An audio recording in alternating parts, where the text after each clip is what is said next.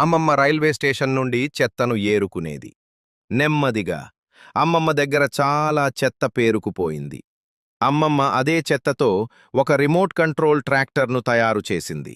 దానిపై చెత్తను వేసి ఇక్కడకు అక్కడకు తీసుకువెళ్ళేది. ఒక రాత్రి అమ్మమ్మ రహస్యంగా చూసింది. కొంతమంది గూండాలు రైల్వే ట్రాక్పై ల్యాండ్ మైన్లను పాతుతున్నారు. అమ్మమ్మ వెంటనే తన ట్రాక్టర్ను ల్యాండ్ మైన్ల దగ్గరకు తీసుకువెళ్ళింది. దాంతో అది పేలిపోయింది. మరుసటి రోజు రైలు వస్తోంది. అమ్మమ్మ ఎర్ర జెండా ఊపి రైలును ఆపింది. పైలట్ బయటకు వచ్చాడు. అమ్మమ్మ జరిగిన కథంతా చెప్పింది. రైల్వే స్టేషన్ అధికారి అమ్మమ్మకి ఒక పతకం మరియు బహుమతి ఇచ్చారు.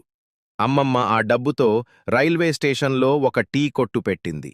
ఒకరోజు ఒక గూండా స్టేషన్లో బాంబులతో నిండిన ఒక సంచిని తీసుకుని రహస్యంగా పారిపోతున్నాడు. అమ్మమ్మ వెంటనే ఆ సంచిని తీసుకుని పరుగెత్తి ఒక నదిలోకి దూకింది. మరియు నదిలో ఒక పేలుడు జరిగింది. అమ్మమ్మ చనిపోయింది. కొంతమంది అమ్మమ్మనని నదిలో నుండి బయటకు తీశారు. మరియు రైల్వే స్టేషన్లోని ప్రజలందరూ ఏడవడం ప్రారంభించారు. ఎందుకంటే అమ్మమ్మ తన ప్రాణాలను మళ్లీ ఇచ్చి అందరినీ కాపాడింది. అయినా అమ్మమ్మ కోసం ఎవరూ లైక్ చేసి సబ్స్క్రైబ్ చేయలేదు.